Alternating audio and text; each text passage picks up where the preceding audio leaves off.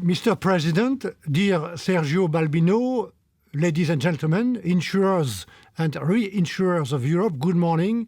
And first of all, I regret very much that I am not in Malta with you today.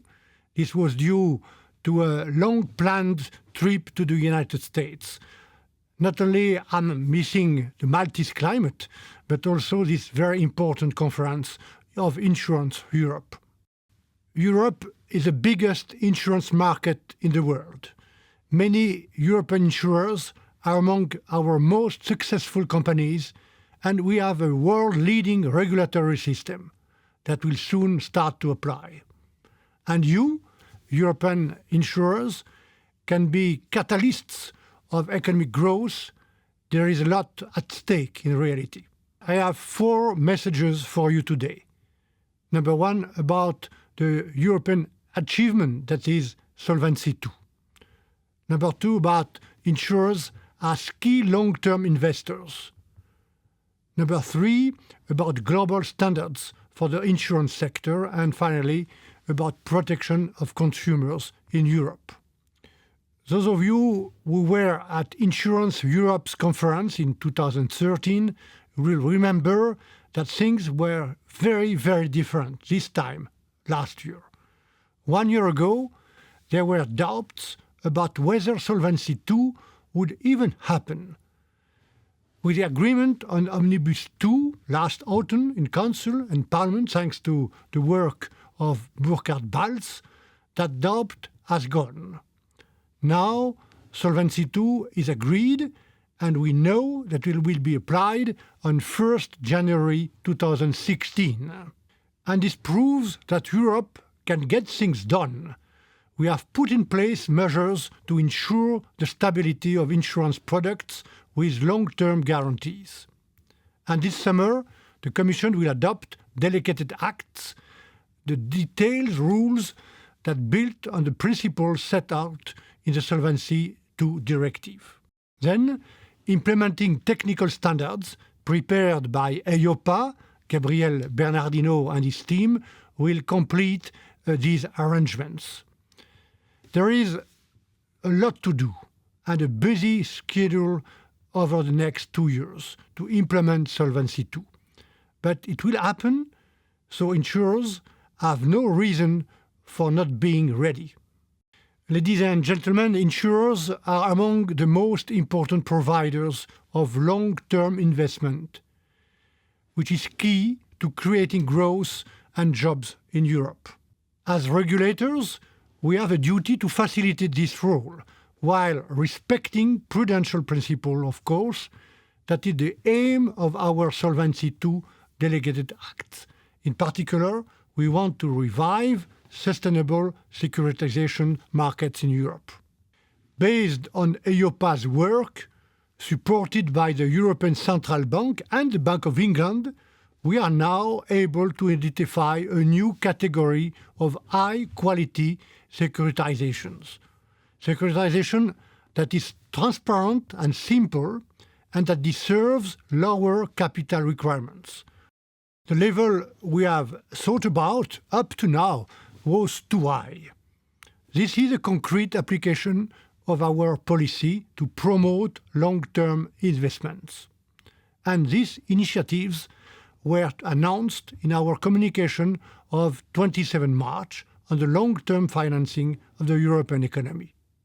And there are other initiatives in the delegated acts to foster private equity and infrastructure.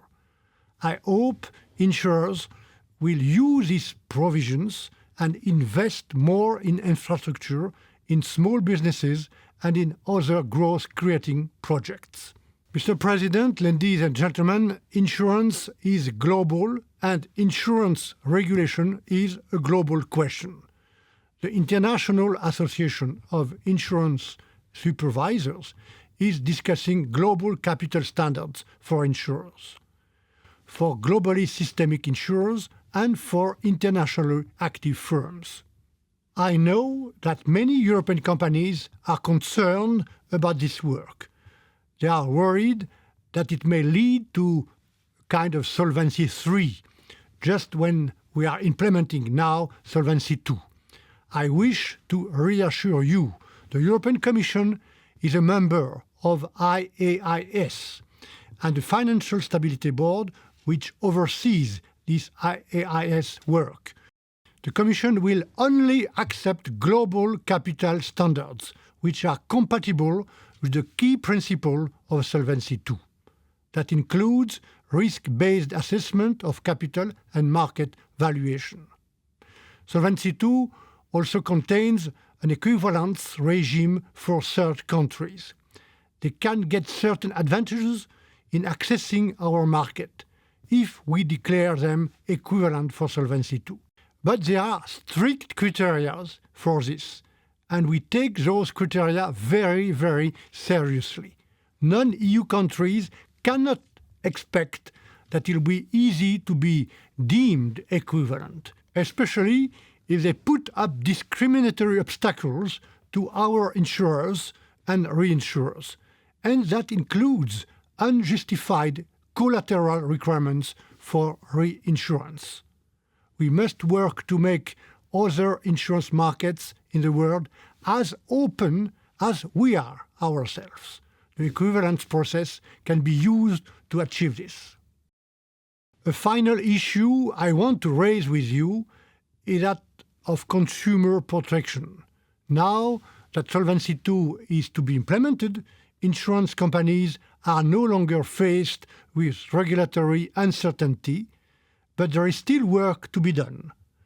The recent PRIPS regulation introduced a key information document for insurance investment products.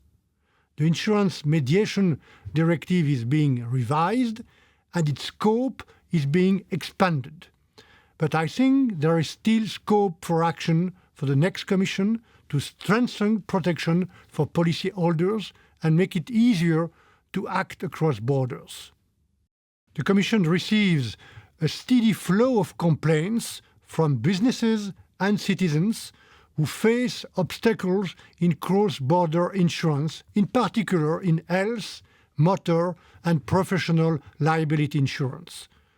Affordable and extensive insurance coverage in the EU is an essential element supporting the single market. It ensures that people, goods, services, and capital can effectively move within the Union. I will suggest to my successor to look closely, very closely, at this area. And to conclude, dear President, dear Sergio Balbino, ladies and gentlemen, this will be the last time I address to Insurance Europe conference as Commissioner. So let me take this opportunity to thank European insurers. Thank you for working with us to make Solvency II happen and for being patient during the long, very long political discussions.